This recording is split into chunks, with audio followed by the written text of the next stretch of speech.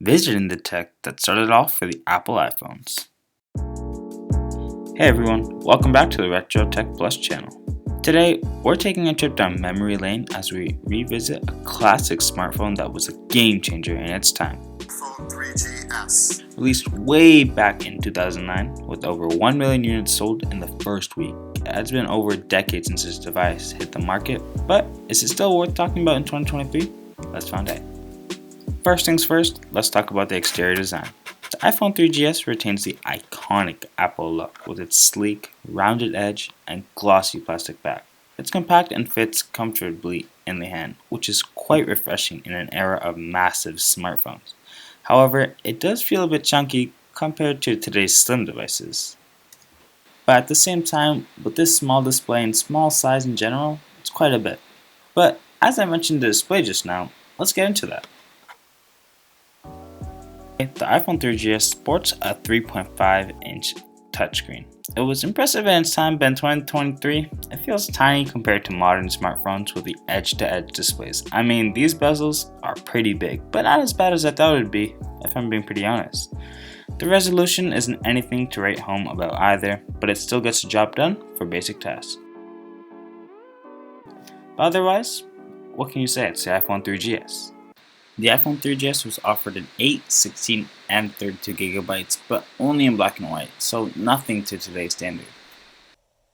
The camera on the iPhone 3GS was groundbreaking when it was released, but in 2023, it's nothing to get excited about, with just a 3.15 megapixel rear camera and no front-facing camera. Don't expect to capture any Instagram-worthy shots. It's strictly for basic photography needs. We're still able to zoom in and out, take some videos, so it's pretty good if you ask me for its first. In the next video, we're going to be taking a look at this iPhone 3GS compared to an iPhone 13 Pro. Let's check out how this camera ranks up against that. But make sure you subscribe, hit the notification bell, and you'll see that one in the next video.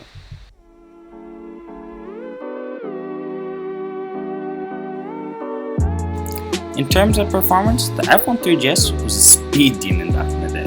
It was the first iPhone to introduce the S for speed, and it showed. However, by today's standards, it's quite sluggish. Apps take a while to open, and multitasking is a bit of a challenge.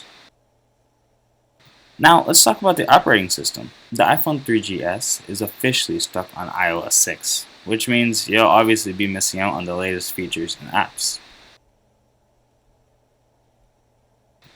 And as you expected, there is no availability to get the newer updates. I mean, I don't even think this thing would really run that well if you weren't updated to the newest iOS. But hey, if you want to try it, go ahead.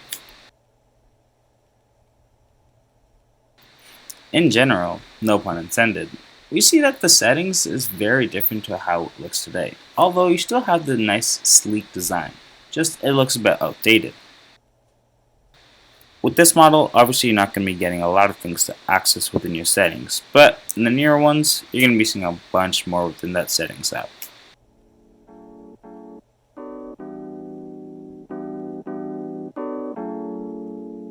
Now, take a look at this, the Nike plus iPod. This was Apple's and Nike partnership for a fitness tracking system. It was introduced in around 2006 as a way for runners and fitness enthusiasts to track their workouts and progress using Apple, iPod, and Nike specialized running shoes or shoe sensor. This is interesting. Honestly, I never even knew this thing existed until I opened up and saw this today.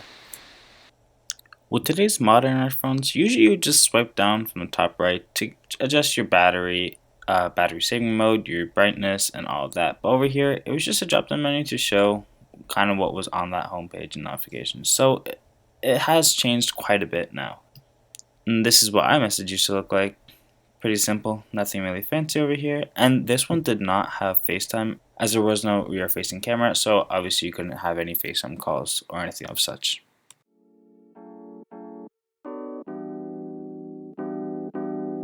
Now this was kind of the Siri before Siri actually happened. Now let's take a look at it.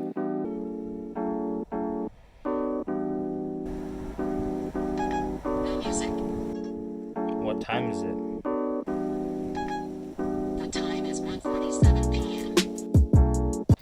we can see there's only a couple functions that you could do with this, I guess, pre-series. So you could adjust and interact with the music playing and do some simple tasks, but anything more, it was very limited to what it could do. The calculator app is something that Apple has not changed in the more modern phones. You can see the software has been, and the app itself, the app interface, has been quite literally the same. But this is what it looked like before any of these changes. It was still pretty good, and honestly, it doesn't look that different from today's version.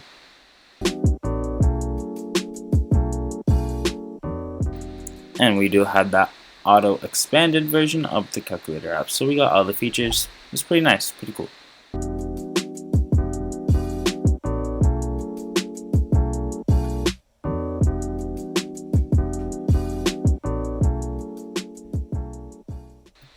And this was the classic Game Center. You got a bunch of basic apps over here, but it's always amazing to play with them.